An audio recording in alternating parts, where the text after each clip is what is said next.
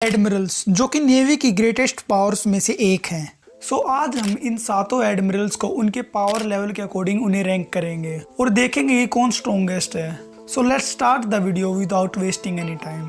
Admirals जिनका नाम सुनते ही भाई लिटरली किसी भी पायरेट की फट जाती है। स्टार्टिंग विद आओकीजी जो हमें सबसे पहली बार वन पीस में इंट्रोड्यूस किया और इसने सारे के सारे स्ट्रो हेड्स को इजीली आउट मैच कर दिया था और लूफी और उसके क्रू को ये रियलाइज करवाया कि एडमिरल्स की पावर होती क्या है। आल्दो ये ज्यादातर वर्ल्ड गवर्नमेंट के ऑर्डर्स को फॉलो करता है पर कभी कभी ये अपनी दिल की भी सुनता है। इसका परफेक्ट एग्जांपल है ओहारा में हुए इंसिडेंट से जहाँ पे उसने निको रोबिन को एस्केप कराया था। कुजान ने हिएनोमी को ईट किया है जो कि एक लोगिया टाइप डेविल फ्रूट है जो उसे आइस को क्रिएट एंड कंट्रोल करने की एबिलिटी देता है। कुजान को तुम बिना हागी के हिट तो कर सकते हो बट उसका उस पर कोई इफेक्ट नहीं होगा क्योंकि वो ब्रेक होके आइस क्यूब्स की फॉर्म में फिर से रीजनरेट हो जाएगा। और कुजान का डेविल फ्रूट उन गिने चुने डेविल फ्रूट्स में आता है जो सी की वीकनेस को बाईपास कर सकता है। ये वाटर के कांटेक्ट में आने से पहले ही उसे आइस में कन्वर्ट कर देता है और इसकी एबिलिटी काफी लार्ज अमाउंट ऑफ एरिया में सी वाटर को एक आइस में कन्वर्ट कर सकती है जिससे किसी भी पायरेट्स का वहां से बच के निकलना काफी ज्यादा मुश्किल हो जाता है। तुम इसकी पावर का अंदाजा इससे लगा सकते हो कि इसने व्हाइट बियर्ड से फाइट की थी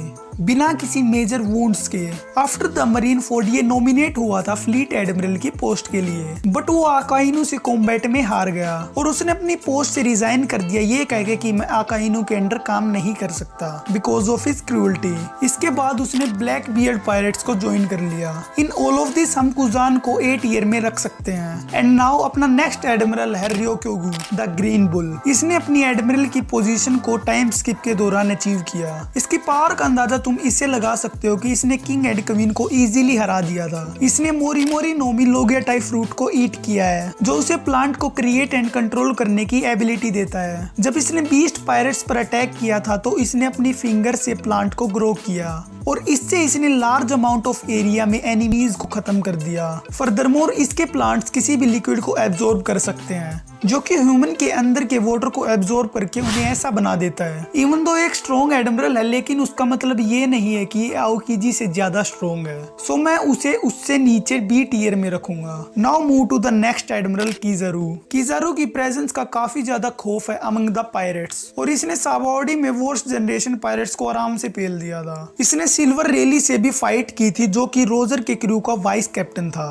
एंड फर्दरमोर मरीन फोर्ड में ये व्हाइट बियर्ड पायरेट्स को इजीली हैंडल कर रहा था और ये व्हाइट बियर्ड को सीरियसली इंजर्ड करने में भी कामयाब रहा था। इसने पीका पीका नोमी को ईट किया है जिससे ये लाइट की स्पीड से मूव कर सकता है और इससे कोई भी बिना ऑब्जर्वेशन हाकी के फाइट नहीं कर सकता है।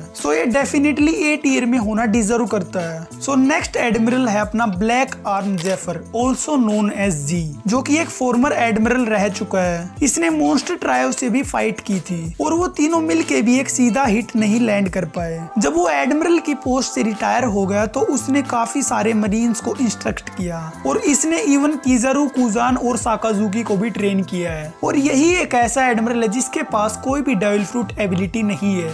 इसने किजारू से फाइट में भी कुछ टाइम तक कीप अप कर लिया था but because of his old age वो वीक हो गया था तो उसे हमारा अभी के लिए सी टियर में रैंक करना ही सही होगा। Now the next admiral is Fujitora. ये भी टाइम स्किप के दौरान ही एडमिरल बना था। इसका प्राइमरी गोल सिविलियंस को बचाना है। इसने साबो से भी ड्रेसरोसा आर्क में फाइट की थी ऑल्दो वो एक ऑल आउट फाइट नहीं थी एंड ये ब्लाइंड है बट डिस्पाइट दैट इसकी ऑब्जर्वेशन हाकी काफी ज्यादा खतरनाक है। फुजिटोरा ने जूसी जूसी नोमी को ईट किया है जो कि उसे ग्रेविटी को कंट्रोल करने की पावर देता है। इस पावर से वो लिटरली बड़े बड़े मीटियोर्स को भी समन कर सकता है। आल्सो एक स्किल्ड स्वॉर्ड्समैन भी है। हमने फुजिटोरा को मल्टीपल टाइम फाइट करते तो देखा है बट वो कभी भी ऑल आउट नहीं गया है।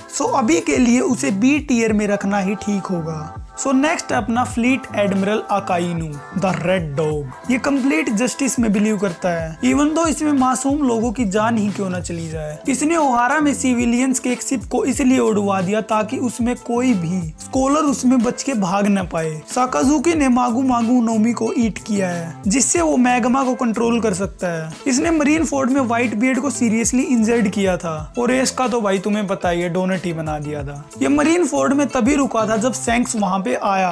इसके इसी ऑल आउट फाइट के स्टाइल से ही ये डेफिनेटली एस टियर में होना डिजर्व करता है। सो लास्ट में है फ्लीट एडमिरल सेनगोकू। ये टाइम स्किप से पहले फ्लीट एडमिरल था। इसकी पावर का अंदाजा तुम इस बात से लगा सकते हो कि ये इसकी गिनती पायरेट किंग टाइम में स्ट्रॉन्गेस्ट पर्सन्स में से होती थी। हमें इसके बारे में इतना तो नहीं बताया गया, बट हमें ये पता है कि इसने 23 की उम्र में मरीन्स को ज्वाइन किया था और ये लेजेंडरी पायरेट गोल्डन लायन को स्टॉप और कैप्चर करने में भी कामयाब रहा था। इसने हितोनोमी मॉडल दाइबुत्सु को ईट किया है, जो एक mythical zone type devil fruit है, जिससे वो एक जाइंट बुद्धा में ट्रांसफॉर्म हो सकता है। इस फॉर्म में इतना स्ट्रॉन्ग है कि सिर्फ इसने एक ब्लो में ही ब्लैक बियर्ड की ऐसी तैसी कर दी थी। सो सेनगोकू को अब हमें किस टायर में रखना चाहिए? सो इससे पहले हमें इस बात को नहीं भूलना चाहिए कि सेनगोकू काफी ज्यादा ओल्ड हो चुका है और वो रेयरली बैटल्स में एंगेज करता है, तो उसके अकॉर्डिंग उसे बी टियर में रखना ठीक होगा। सो यहाँ पर मेरी टियर लिस्ट वीडियो तो हो गई खत्म, पर तुम अपनी टियर लिस्ट को कमेंट्स में बता सकते हो। So this video ends here, but जाते जाते चैनल को सब्सक्राइब जरूर कर देना। तब तक के लिए मिलते हैं किसी नेक्स्ट वीडियो में। Bye bye.